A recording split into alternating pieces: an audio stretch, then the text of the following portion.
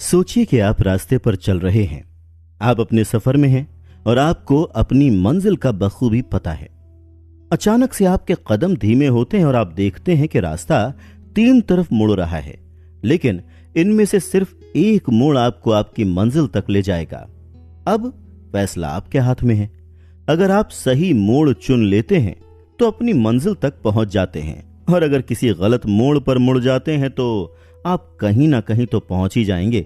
तो देखा आपने कि आपका एक फैसला कितना जरूरी होता है। मान लीजिए कि एक सड़क सीधी आपकी मंजिल तक जाती है। मान लीजिए कि यहां 3 की जगह सिर्फ 2 मोड़ होते।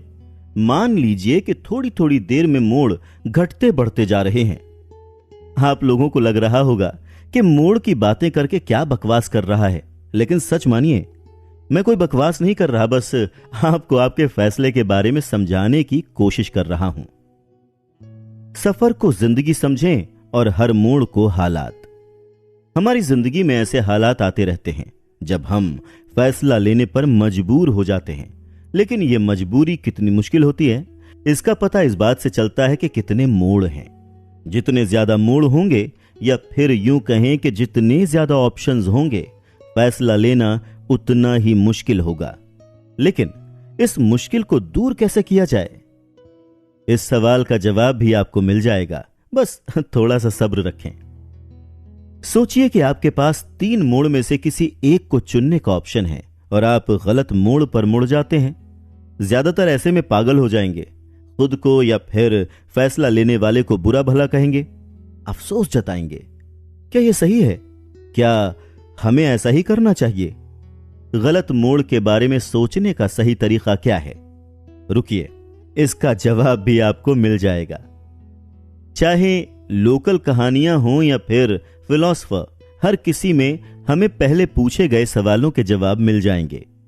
कैसे एक सही फैसले ने लोगों को अमर बनाया? हमारे वेदों के हिसाब से सही फैसलों की सही अहमियत क्या है? इस बारे में जानकर तो आप हैरान ही हो जाएंगे। हम अपने आप को इन सोचों से दुख पहुंचाया करते हैं कि क्या करना चाहते हैं, क्या करना चाहिए था और क्या कर सकते थे। ऐसे ख्यालों से हम अपनी जिंदगी को अपनी मर्जी के हिसाब से लिखने की कोशिश किया करते हैं। बिल्कुल, हमें यह समझना चाहिए कि इसका कोई फायदा नहीं है। तो फायदे के लिए हमें क्या करना होगा? अगर आप यह फैसला लेते हैं कि आप जैसे हैं वैसे ही रहना चाहते हैं, तो एक ऐसी चीज है जो आपको शुरुआत से करनी चाहिए। पर वो चीज है क्या? हमारी जनरेशन को सबसे उदास जनरेशन माना जाता है, पर ऐसा क्यों? क्या हम गलत फैसला ले रहे हैं? क्या हैं वो राज जो हमारी जिंदगी को जिंदगी बनाते हैं?